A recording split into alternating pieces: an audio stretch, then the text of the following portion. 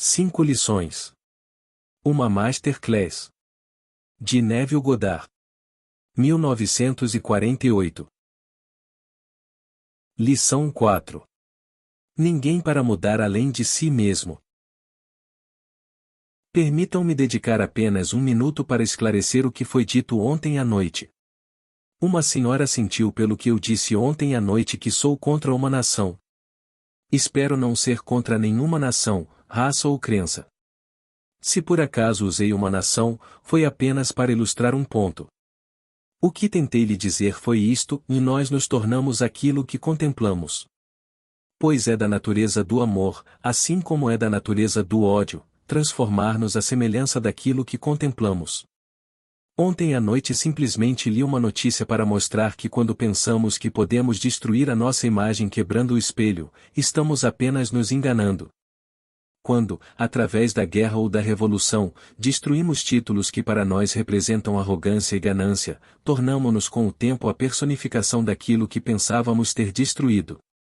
Portanto, hoje, as pessoas que pensaram ter destruído os tiranos são elas mesmas aquilo que pensaram ter destruído. Para que eu não seja mal compreendido, deixe-me lançar novamente as bases deste princípio.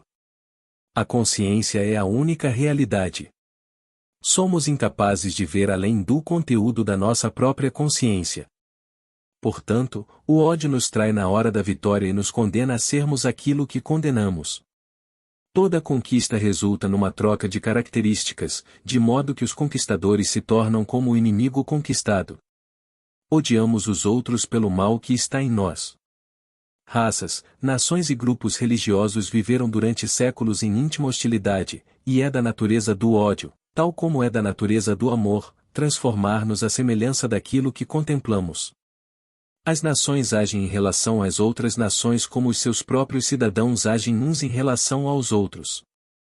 Quando a escravidão existe num estado e essa nação ataca outra, é com a intenção de escravizar.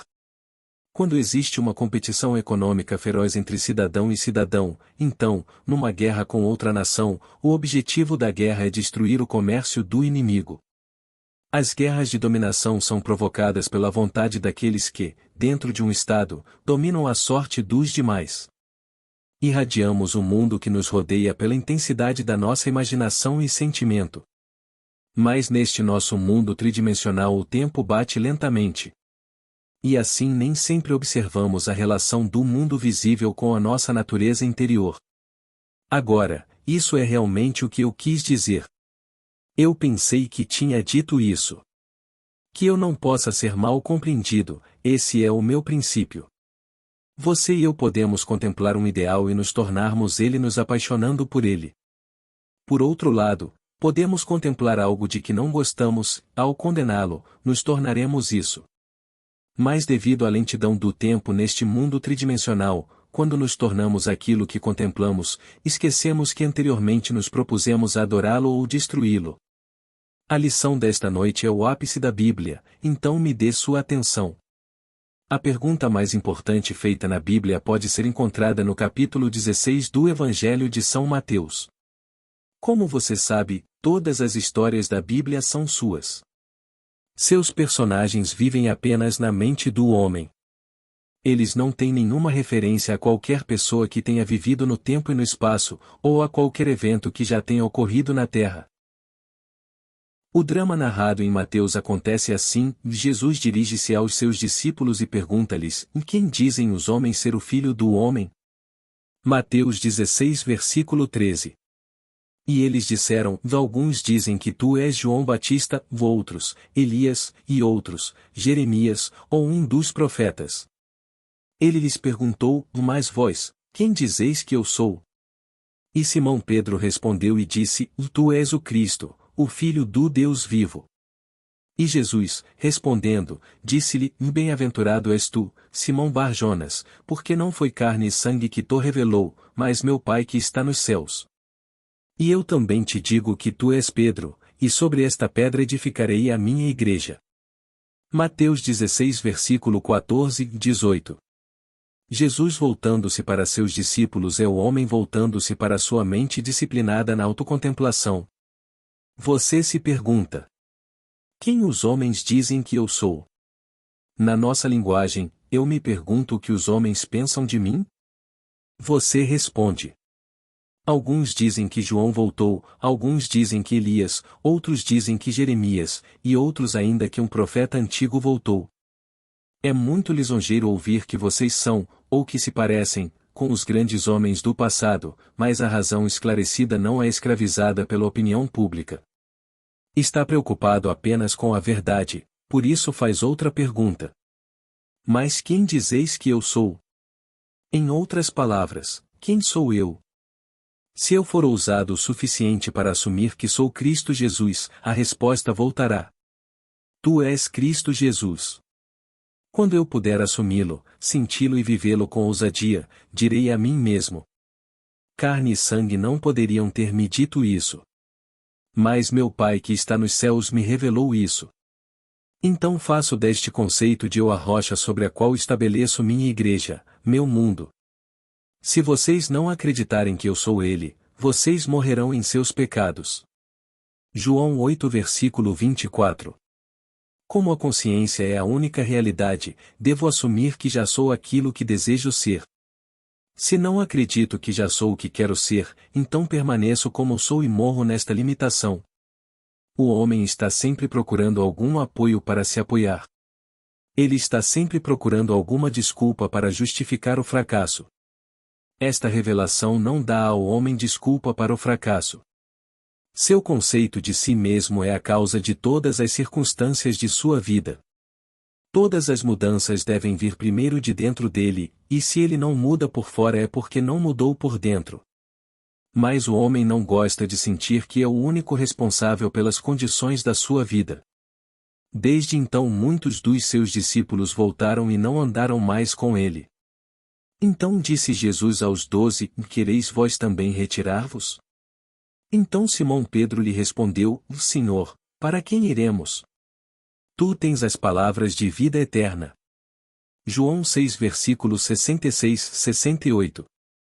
Posso não gostar do que acabei de ouvir, de que devo voltar-me para minha própria consciência como sendo a única realidade, o único fundamento sobre o qual todos os fenômenos podem ser explicados.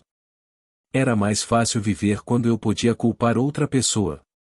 Era muito mais fácil viver quando eu podia culpar a sociedade pelos meus males ou apontar o dedo para o outro lado do mar. E culpar outra nação. Era mais fácil viver quando eu podia culpar o clima pelo que sinto. Mas dizer-me que sou a causa de tudo o que me acontece, que estou sempre moldando o meu mundo em harmonia com a minha natureza interior, isso é mais do que o homem está disposto a aceitar. Se isso for verdade, para quem eu iria? Se estas são palavras de vida eterna, devo voltar a elas, embora pareçam tão difíceis de digerir. Quando o homem compreende isto plenamente, sabe que a opinião pública não importa, pois os homens apenas lhe dizem quem ele é. O comportamento dos homens me diz constantemente quem eu me concebi ser. Se eu aceitar esse desafio e começar a viver de acordo com ele, finalmente chegarei ao ponto que é chamado de a grande oração da Bíblia. Está relatado no capítulo 17 do Evangelho de São João. Terminei a obra que me deste para fazer. João 17 versículo 4. E agora, ó Pai, glorifica-me contigo mesmo, com a glória que eu tinha contigo antes que o mundo existisse. João 17 versículo 5. Enquanto estive com eles no mundo, guardei-os em teu nome, nos que me deste eu guardei, e nenhum deles está perdido, mas o filho da perdição. João 17 versículo 12. É impossível que algo se perca. Nesta economia divina nada pode ser perdido, nem sequer pode desaparecer. A pequena flor que floresceu uma vez, floresce para sempre. É invisível para você aqui com seu foco limitado, mas floresce para sempre na dimensão maior do seu ser, e amanhã você o encontrará. Tudo o que me deste, guardei em teu nome e nada perdi, exceto o filho da perdição. O filho da perdição significa simplesmente a crença na perda. Filho é um conceito, uma ideia. Perdido é perda. Perdi apenas verdadeiramente o conceito de perda, pois nada pode ser perdido. Posso descer da esfera onde a própria coisa vive agora e, à medida que deixo inconsciência para um nível inferior dentro de mim, ela sai do meu mundo. Eu digo: perdi minha saúde. Perdi minha riqueza. Perdi minha posição na comunidade. Eu perdi a fé. Perdi mil coisas. Mas as coisas em si, tendo sido outrora reais no meu mundo, nunca poderão deixar de o ser. Eles nunca se tornam irreais com o passar do tempo. Eu, pela minha descida de consciência para um nível inferior, faço com que essas coisas desapareçam da minha vista e digo: elas se foram, eles estão acabados no que diz respeito ao meu mundo. Tudo o que preciso fazer é ascender ao nível onde eles são eternos, e eles mais uma vez se objetivam e aparecem como realidades dentro do meu mundo. O ponto crucial de todo o capítulo 17 do Evangelho de São João é encontrado no versículo 19. E por amor deles eu me santifico, para que também eles sejam santificados pela verdade. Até então eu pensava que poderia mudar os outros através do esforço. Agora sei que não posso mudar outra pessoa a menos que primeiro mude a mim mesmo. Para mudar o outro dentro do meu mundo, devo primeiro mudar o meu conceito desse outro, e para fazer isso melhor, mudo o meu conceito de mim mesmo. Pois foi o conceito que eu tinha de mim mesmo que me fez ver os outros como eu via. Se eu tivesse um conceito nobre e digno de mim mesmo, nunca teria visto o que há de desagradável nos outros. Em vez de tentar mudar os outros através do argumento e da força, deixe-me apenas ascender em consciência a um nível mais elevado e mudarei automaticamente os outros, mudando a mim mesmo. Não há ninguém para mudar além de si mesmo, esse eu é simplesmente a sua consciência e o mundo em que ela vive são determinados pelo conceito que você tem do eu. É para a consciência que devemos nos voltar como se fosse a única realidade. Pois não existe uma concepção clara da origem dos fenômenos, exceto que a consciência é tudo e tudo é consciência. Você não precisa de ajudante para trazer o que você procura. Não acredite nem por um segundo que estou defendendo a fuga da realidade quando peço que você simplesmente presuma que agora é o homem ou a mulher que deseja ser. Se você e eu pudéssemos sentir como seria se fossemos agora o que queremos ser, e vivermos nesta atmosfera mental como se ela fosse real, então, de uma forma que não sabemos, nossa suposição se consolidaria em fatos. Isto é tudo o que precisamos fazer para ascender ao nível onde a nossa suposição já é uma realidade objetiva e concreta. Não preciso mudar ninguém, eu me santifico e, ao fazê-lo, santifico os outros. Para o puro todas as coisas são puras. Não há nada impuro por si mesmo, mas para aquele que considera algo impuro, para ele é impuro. Romanos 14 versículo 14. Não há nada impuro em si, mas você, pelo seu conceito de si mesmo, vê as coisas como limpas ou impuras. Eu e meu Pai somos um. João 10 versículo 30. Se eu não faço as obras de meu Pai, não acredite em mim. Mas se eu fizer, embora vocês não acreditem em mim, acreditem nas obras, para que saibam e acreditem que o Pai está em mim e eu nele. João 10 versículo 37, 38. Ele se tornou um com Deus e não achou estranho nem roubo fazer as obras de Deus. Você sempre dá frutos em harmonia com o que você é. É a coisa mais natural do mundo que uma pereira produza peras, uma macieira produza maçãs e que o homem molde as circunstâncias da sua vida em harmonia com a sua natureza interior. Eu sou a videira, vocês são os ramos. João 15 versículo 5. Um ramo não tem vida a não ser que esteja enraizado na videira. Tudo o que preciso fazer para mudar o fruto é mudar a videira. Você não tem vida em meu mundo, a não ser que eu esteja consciente de você. Você está enraizado em mim e, como fruto, dá testemunho da videira que eu sou. Não existe outra realidade no mundo além da sua consciência.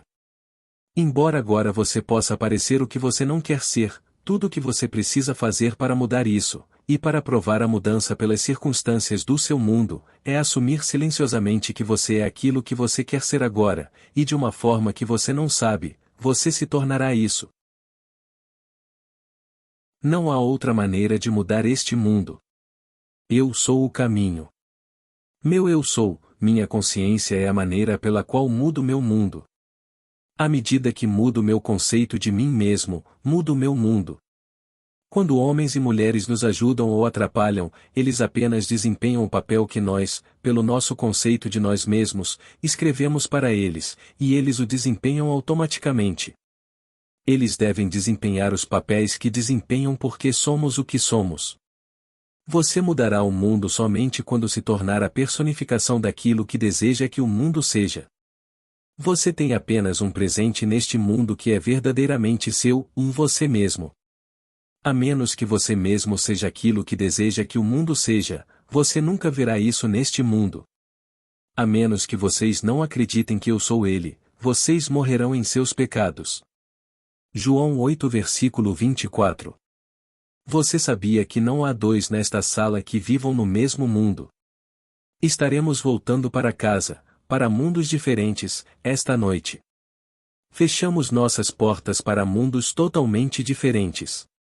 Levantamo-nos amanhã e vamos trabalhar, onde nos encontramos e conhecemos outras pessoas, mas vivemos em mundos mentais diferentes, em mundos físicos diferentes. Só posso dar o que sou, não tenho outro presente para dar.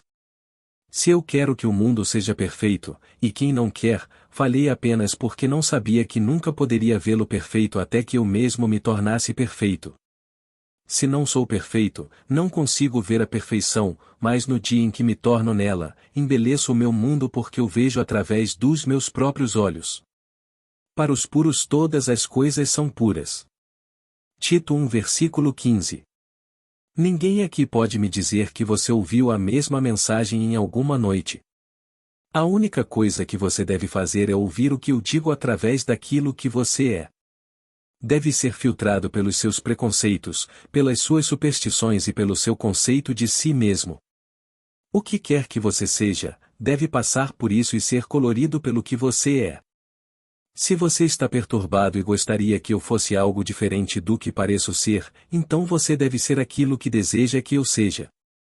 Devemos nos tornar aquilo que queremos que os outros sejam ou nunca os veremos ser assim. Sua consciência, minha consciência, é a única base verdadeira no mundo. Isso é o que é chamado de Pedro na Bíblia, não um homem, essa fidelidade que não pode recorrer a ninguém, que não pode ser lisonjeada quando os homens dizem que você é João que voltou.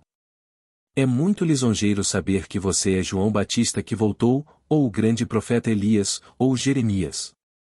Então ensurdeço meus ouvidos para essas notícias muito lisonjeiras que os homens me dariam e me pergunto. Mas, honestamente, quem sou eu?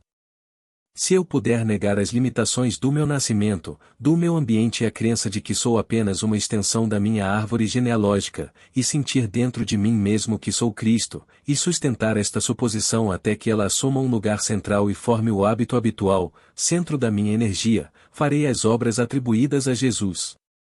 Sem pensamento ou esforço, moldarei um mundo em harmonia com aquela perfeição que assumi e sinto brotar dentro de mim. Quando abro os olhos dos cegos, desobstruo os ouvidos dos surdos, dou alegria ao luto e beleza às cinzas, então, e só então, estabeleço verdadeiramente esta videira profundamente dentro de mim. Isso é o que eu faria automaticamente se estivesse verdadeiramente consciente de ser Cristo. Disse desta presença que ele provou que era Cristo pelas suas obras. Nossas alterações normais de consciência, à medida que passamos de um estado para outro, não são transformações, porque cada uma delas é rapidamente sucedida por outra na direção inversa. Mas sempre que a nossa suposição se torna tão estável que expulsa definitivamente os seus rivais, então esse conceito central habitual define o nosso caráter e é uma verdadeira transformação.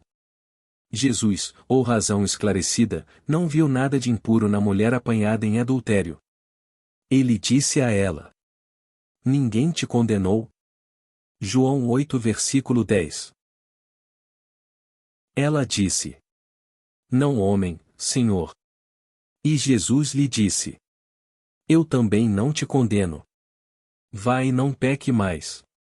João 8 versículo 11. Não importa o que seja apresentado à presença da beleza, ela vê apenas beleza. Jesus estava tão completamente identificado com o que era adorável que era incapaz de ver o que era desagradável. Quando você e eu realmente nos tornarmos conscientes de sermos Cristo, nós também endireitaremos os braços dos atrofiados e ressuscitaremos as esperanças mortas dos homens. Faremos todas as coisas que não podíamos fazer quando nos sentíamos limitados pela nossa árvore genealógica. É um passo ousado e não deve ser tomado levianamente, porque fazê-lo é morrer. João, o homem tridimensional é decapitado ou perde seu foco tridimensional para que Jesus, o eu quadridimensional, possa viver.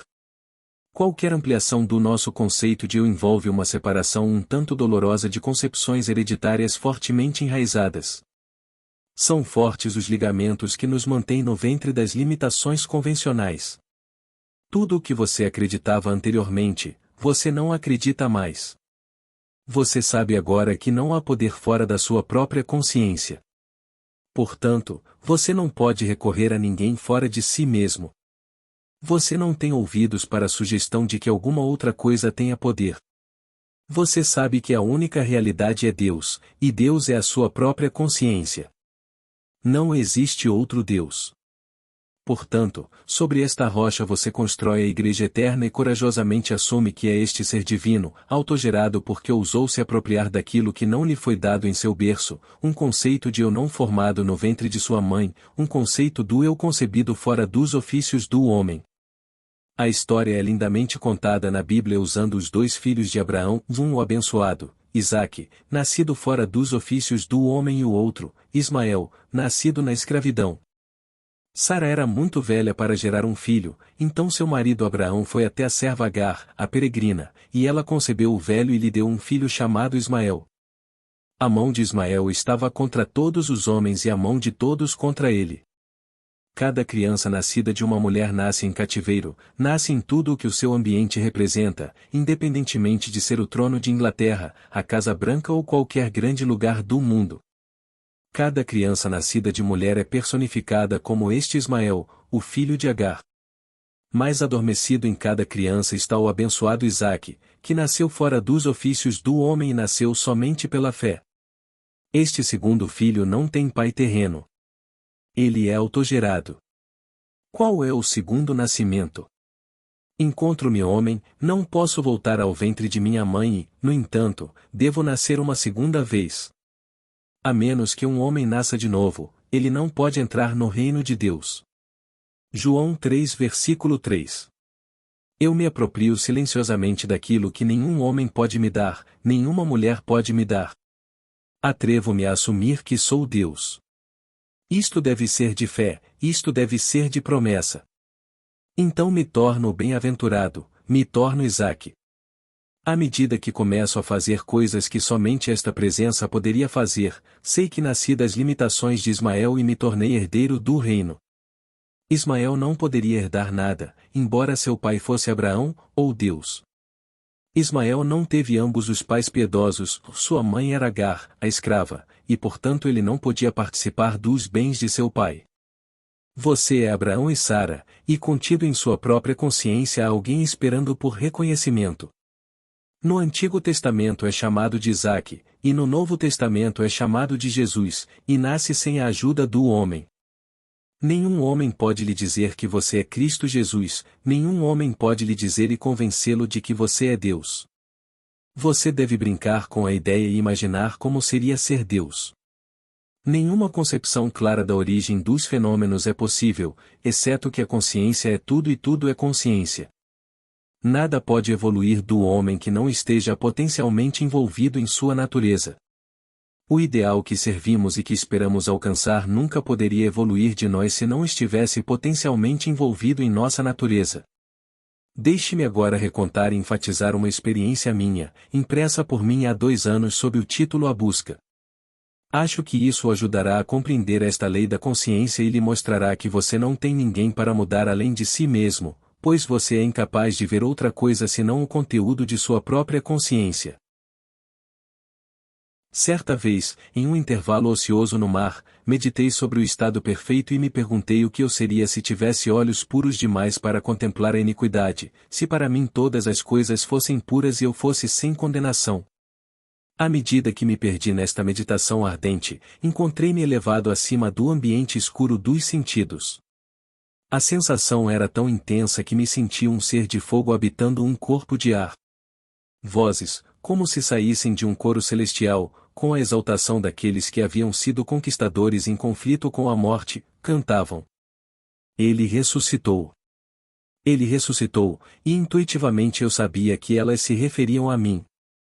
Então eu parecia estar andando no meio da noite. Logo me deparei com um cenário que poderia ter sido o antigo tanque de Betesda, pois neste lugar jazia uma grande multidão de pessoas impotentes, cegas, mancas, murchas, esperando não pelo movimento da água como é tradição, mas esperando por mim. À medida que me aproximava, sem pensamento ou esforço de minha parte, eles foram um após o outro, moldados pelo mago do belo. Olhos, mãos, pés, todos membros faltantes, foram extraídos de algum reservatório invisível e moldados em harmonia com aquela perfeição que senti brotar dentro de mim. Quando tudo foi aperfeiçoado, o coro exultou. Está consumado. Sei que esta visão foi o resultado da minha intensa meditação sobre a ideia de perfeição, pois as minhas meditações invariavelmente provocam a união com o estado contemplado. Eu estava tão completamente absorto na ideia que por algum tempo me tornei o que contemplava, e o propósito elevado com o qual naquele momento me identifiquei atraiu a companhia de coisas elevadas e moldou a visão em harmonia com minha natureza interior. O ideal ao qual estamos unidos funciona por associação de ideias para despertar 1000 estados de espírito para criar um drama de acordo com a ideia central. Minhas experiências místicas me convenceram de que não há outra maneira de alcançar a perfeição que buscamos senão através da transformação de nós mesmos. Assim que conseguirmos nos transformar, o mundo derreterá magicamente diante dos nossos olhos e se remodelará em harmonia com aquilo que a nossa transformação afirma. Moldamos o mundo que nos rodeia pela intensidade da nossa imaginação e sentimento, e iluminamos ou obscurecemos as nossas vidas pelos conceitos que temos de nós mesmos. Nada é mais importante para nós do que a nossa concepção de nós mesmos, e é especialmente verdadeiro no que diz respeito ao nosso conceito do ser profundo e dimensionalmente maior dentro de nós. Aqueles que nos ajudam ou atrapalham, quer saibam disso ou não, são os servos daquela lei que molda as circunstâncias externas em harmonia com a nossa natureza interior. É a nossa concepção de nós mesmos que nos liberta ou nos restringe, embora possa utilizar agentes materiais para atingir o seu propósito. Como a vida molda o mundo exterior para refletir o arranjo interno de nossas mentes, não há outra maneira de alcançar a perfeição exterior que buscamos, a não ser através da transformação de nós mesmos. Nenhuma ajuda vem de fora, as colinas para as quais erguemos os olhos são as de uma cordilheira interior. É, portanto, para nossa própria consciência que devemos nos voltar, como sendo a única realidade, o único fundamento sobre o qual todos os fenômenos podem ser explicados. Podemos confiar absolutamente na justiça desta lei para nos dar apenas aquilo que é da nossa natureza. Tentar mudar o mundo antes de mudarmos o conceito que temos de nós mesmos é lutar contra a natureza das coisas. Não pode haver mudança exterior até que primeiro haja uma mudança interior. Como dentro, assim fora. Não estou a defender a indiferença filosófica quando sugiro que devemos imaginar-nos já como aquilo que queremos ser, vivendo numa atmosfera mental de grandeza, em vez de utilizar meios físicos e argumentos para provocar as mudanças desejadas. Tudo o que fazemos, sem ser acompanhado por uma mudança de consciência, nada mais é do que um reajuste fútil de superfícies. Por mais que trabalhemos ou lutemos, não podemos receber mais do que os nossos conceitos de autoafirmação. Protestar contra qualquer coisa que nos aconteça é protestar contra a lei do nosso ser e contra o nosso domínio sobre o nosso próprio destino. As circunstâncias da minha vida estão intimamente relacionadas com a minha concepção de mim mesmo para não terem sido formadas pelo meu próprio espírito a partir de algum depósito dimensionalmente maior do meu ser. Se sinto dor nesses acontecimentos, devo procurar a causa dentro de mim, pois sou movido aqui e ali obrigado a viver em um mundo em harmonia com o conceito que tenho de mim mesmo. Se ficássemos tão excitados emocionalmente com as nossas ideias como ficamos com as nossas aversões, ascenderíamos ao plano do nosso ideal com a mesma facilidade com que descemos agora ao nível dos nossos ódios. O amor e o ódio têm um poder transformador mágico e, através do seu exercício, crescemos à semelhança daquilo que contemplamos. Pela intensidade do ódio criamos em nós mesmos o caráter que imaginamos nos nossos inimigos. As qualidades morrem por falta de atenção, por isso os estados desagradáveis poderiam ser melhor eliminados imaginando beleza em vez de cinzas e alegria em vez de luto em vez de ataques diretos ao estado do qual estaríamos livres. Todas as coisas que são amáveis e de boa fama, pensem nessas coisas, pois nos tornamos aquilo com quem estamos em relacionamento. Não há nada para mudar, exceto nosso conceito de nós mesmos. Assim que conseguirmos transformar-nos, o nosso mundo dissolver-se-á e remodelar-se-á em harmonia com aquilo que a nossa mudança afirma. Eu, ao descer a consciência, produzi a imperfeição que vejo. Na economia divina nada está perdido. Não podemos perder nada, exceto pela descida na consciência da esfera onde a coisa tem sua vida natural. E agora, ó Pai, glorifica-me contigo mesmo, com a glória que eu tinha contigo antes que o mundo existisse. João 17 versículo 5. À medida que ascendo em consciência, o poder e a glória que eram meus retornam para mim e eu também direi: terminei o trabalho que me deste para fazer. O trabalho consiste em retornar da minha descida à consciência, do nível em que acreditava ser filho do homem, para a esfera onde sei que sou um com meu Pai e que meu Pai é Deus. Sei, sem sombra de dúvida, que não há nada que o homem possa fazer senão mudar o seu próprio conceito de si mesmo para assumir a grandeza e sustentar esta suposição. Se caminharmos como se já fossemos o ideal que servimos, subiremos ao nível da nossa suposição e encontraremos um mundo em harmonia com a nossa suposição. Não teremos que levantar um dedo para que isso aconteça, pois já é assim. Sempre foi assim. Você e eu descemos em consciência ao nível onde agora nos encontramos e vemos a imperfeição porque descemos. Quando começamos a ascender enquanto estamos aqui neste mundo tridimensional, descobrimos que nos movemos em um ambiente totalmente diferente, temos círculos de amigos totalmente diferentes e um mundo totalmente diferente enquanto ainda vivemos aqui. Conhecemos o grande mistério da afirmação. Estou no mundo, mas não sou dele. Em vez de mudar as coisas, sugeriria a todos que se identificassem com o ideal que contemplam. Qual seria o sentimento se você tivesse olhos puros demais para contemplar a iniquidade, se para você todas as coisas fossem puras e você estivesse sem condenação? Contemple o estado ideal e identifique-se com ele e você ascenderá à esfera onde você, como Cristo, tem sua vida natural. Você ainda está naquele estado em que estava antes do mundo existir. A única coisa que caiu foi o seu conceito de si mesmo. Você vê as partes quebradas que realmente não estão quebradas. Você os vê com olhos distorcidos, como se estivesse numa daquelas galerias de diversões peculiares onde um homem caminha diante de um espelho e é alongado, mas é o mesmo homem. Ou ele se olha em outro espelho e está todo grande e gordo. Estas coisas são vistas hoje porque o homem é o que é. Brinque com a ideia de perfeição. Não peça ajuda a ninguém, mas deixe a oração do capítulo 17 do Evangelho de São João ser a sua oração. Aproprie-se do estado que era seu antes do mundo existir. Conheça a verdade da afirmação. Ninguém perdi, exceto o filho da perdição. Nada está perdido em toda a minha montanha sagrada. A única coisa que você perde é a crença na perda ou no filho da perdição. E por amor deles eu me santifico, para que também eles sejam santificados na verdade. João 17 versículo 19. Não há ninguém para mudar além de si mesmo. Tudo o que você precisa fazer para tornar homens e mulheres santos neste mundo é tornar-se santo. Você é incapaz de ver qualquer coisa que não seja agradável quando estabelece em sua própria mente o fato de que você é adorável. É muito melhor saber isso do que saber qualquer outra coisa no mundo. É preciso coragem, coragem sem limites, porque muitos nesta noite, depois de terem ouvido esta verdade, ainda estarão inclinados a culpar os outros pela sua situação. O homem acha tão difícil voltar-se para si mesmo, para a sua própria consciência como para a única realidade. Ouça estas palavras. Ninguém pode vir a mim, a menos que o Pai que me enviou o atraia. João 6 versículo 44. Eu e meu Pai somos um. João 10 versículo 30. Um homem não pode receber nada, a menos que lhe seja dado do céu. João 3 horas e 27 minutos. Por isso meu Pai me ama, porque dou a minha vida para retomá-la.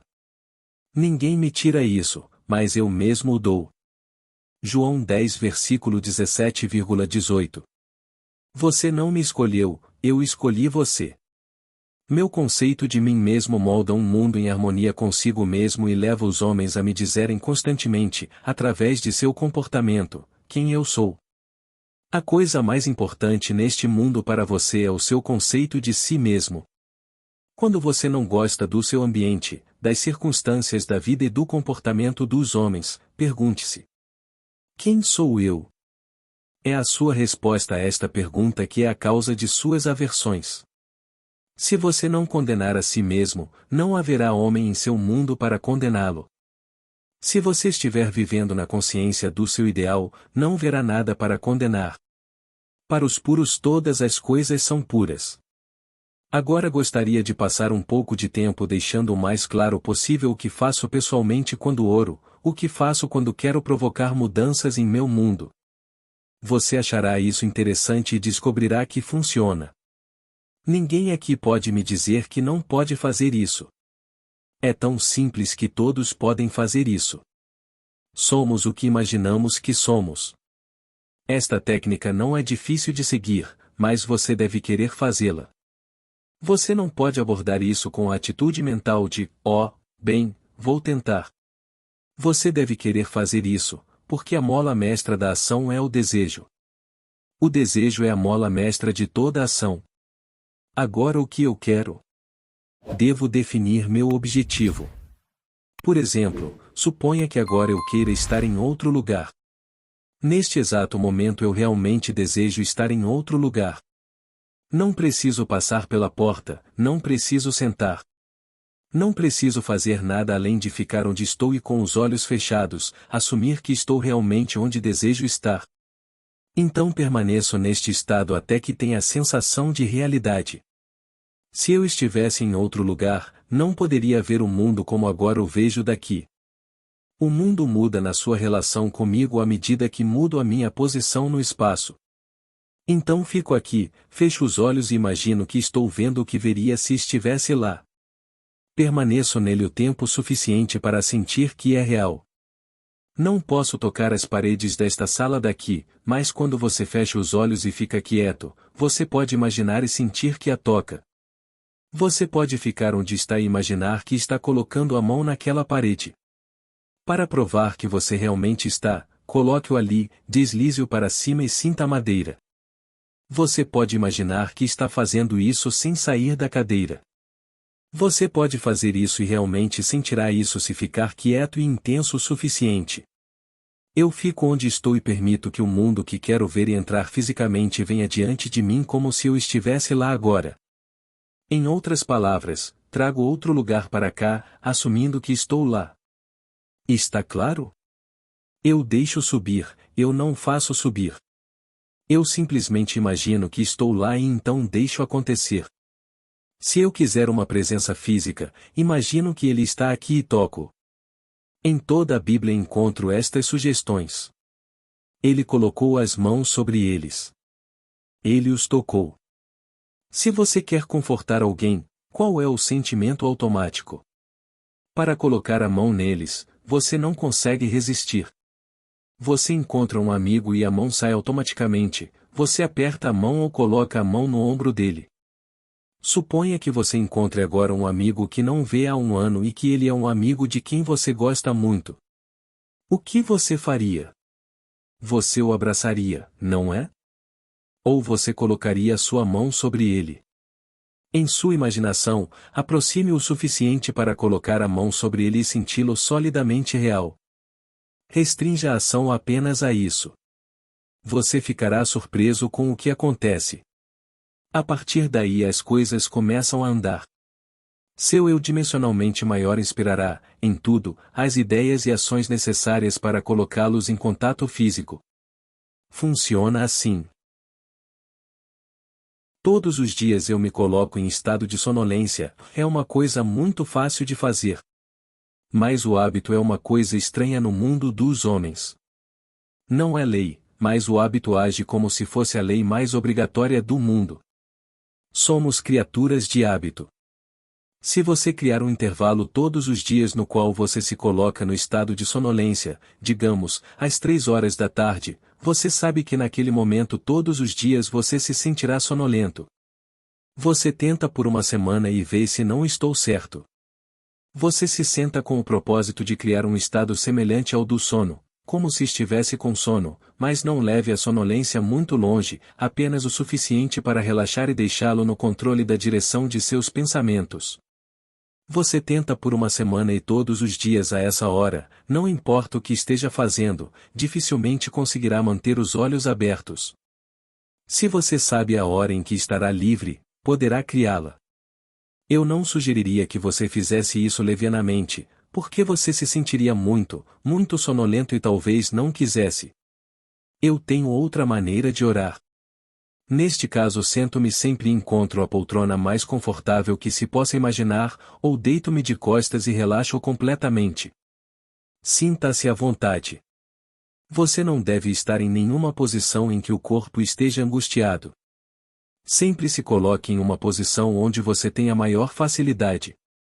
Essa é a primeira etapa. Saber o que você quer é o início da oração.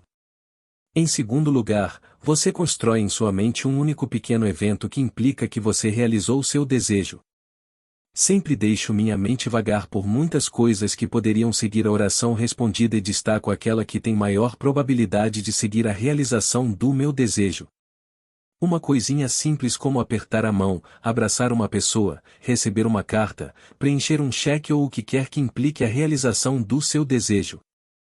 Depois de ter decidido a ação que implica que seu desejo foi realizado, sente-se em sua cadeira confortável ou deite-se de costas e feche os olhos pela simples razão de que isso ajuda a induzir esse estado que beira o sono.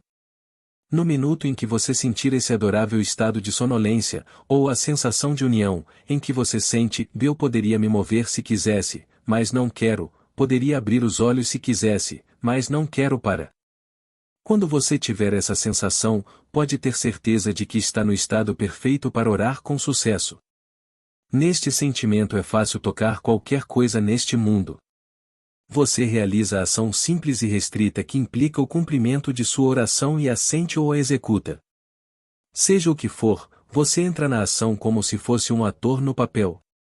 Você não se sente e se visualiza fazendo isso. Faz você. Com o corpo imobilizado você imagina que o maior você dentro do corpo físico está saindo dele e que você está realmente realizando a ação proposta. Se você vai caminhar, você imagina que está caminhando. Não se veja caminhando, sinta que está caminhando. Se você for subir escadas, sinta que está subindo as escadas. Não se visualize fazendo isso, sinta-se fazendo isso. Se você vai apertar a mão de um homem, não se visualize apertando a mão dele, imagine que seu amigo está diante de você e aperta a mão dele. Mas deixe suas mãos físicas imobilizadas e imagine que sua mão maior, que é sua mão imaginária, está na verdade apertando a mão dele. Tudo o que você precisa fazer é imaginar que está fazendo isso. Você está esticado no tempo, e o que está fazendo, que parece ser um sonho diurno controlado, é um ato real na dimensão maior do seu ser. Na verdade, você está encontrando um evento quadridimensional antes de encontrá-lo aqui nas 3 dimensões do espaço, e não precisa levantar um dedo para fazer esse estado acontecer. Minha terceira maneira de orar é simplesmente sentir-me grato. Se eu quero alguma coisa, seja para mim ou para outro, eu imobilizo o corpo físico, então produzo um estado semelhante ao do sono e nesse estado apenas me sinto feliz, sinto-me agradecido, agradecimento esse que implica a realização do que quero.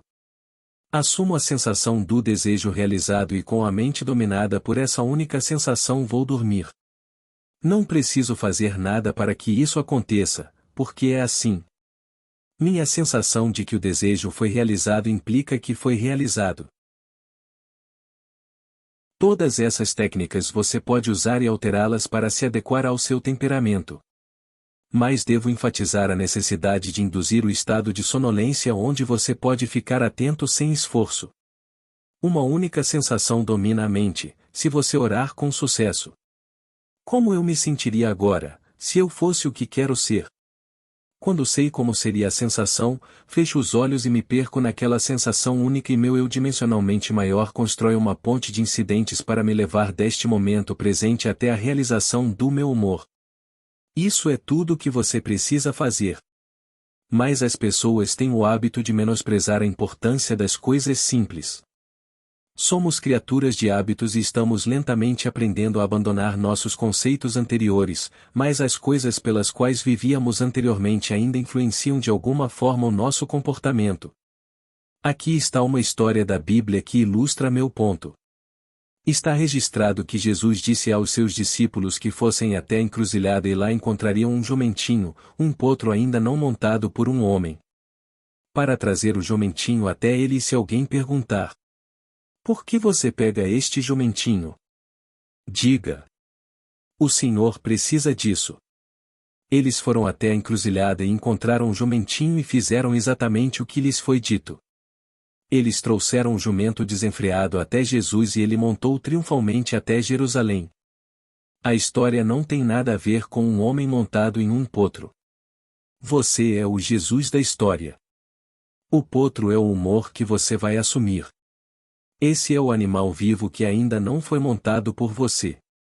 Qual seria a sensação se você realizasse seu desejo?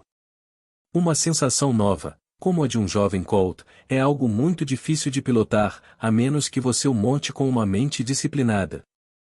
Se eu não permanecer fiel ao humor, o jovem potro me confunde. Cada vez que você se torna consciente de que não é fiel a esse estado de espírito, você foi expulso do potro. Discipline sua mente para que você possa permanecer fiel ao bom humor e cavalgá-lo triunfantemente até Jerusalém, que é a realização, ou a cidade da paz. Esta história precede a festa da Páscoa. Se quisermos passar do nosso estado atual para o do nosso ideal, devemos assumir que já somos aquilo que desejamos ser e permanecer fiéis à nossa suposição, pois devemos manter um bom humor se quisermos caminhar com o mais elevado. Uma atitude mental fixa, um sentimento de que está feito, fará com que isso aconteça. Se eu andar como se fosse, mas de vez em quando olho para ver se realmente é, então perco o humor ou entro. Se eu suspendesse o julgamento como Pedro, poderia andar sobre as águas. Pedro começa a andar sobre as águas e então começa a olhar para o seu próprio entendimento e começa a descer. A voz disse: olhe para cima, Peter. Peter olha para cima e se levanta novamente e continua andando sobre as águas. Em vez de olhar para baixo para ver se isso realmente vai se tornar realidade, você simplesmente sabe que já é assim, mantenha esse estado de espírito e você montará o potro desenfreado até a cidade de Jerusalém. Todos nós devemos aprender a montar o animal direto para Jerusalém sem a ajuda de um homem. Você não precisa de outro para ajudá-lo. O estranho é que à medida que mantemos o bom humor e não caímos, outros amortecem os golpes. Eles espalharam folhas de palmeira diante de mim para amortecer minha jornada. Eu não preciso me preocupar. Os choques serão amenizados à medida que eu avançar para a realização do meu desejo. Meu bom humor desperta nos outros ideias e ações que tendem a personificar meu humor. Se você caminhar fielmente ao bom humor, não haverá oposição nem competição. A prova de um professor, ou de um ensinamento, encontra-se na fidelidade dos ensinados. Estou saindo daqui no domingo à noite. Permaneça fiel a esta instrução. Se você procura causas fora da consciência do homem, então não o convenci da realidade da consciência. Se você procurar desculpas para o fracasso, sempre as encontrará, pois você encontra o que procura. Se você procurar uma desculpa para o fracasso, você a encontrará nas estrelas, nos números, na xícara de chá ou em quase qualquer lugar. A desculpa não estará lá, mas você a encontrará para justificar seu fracasso. Homens e mulheres empresariais e profissionais de sucesso sabem que esta lei funciona.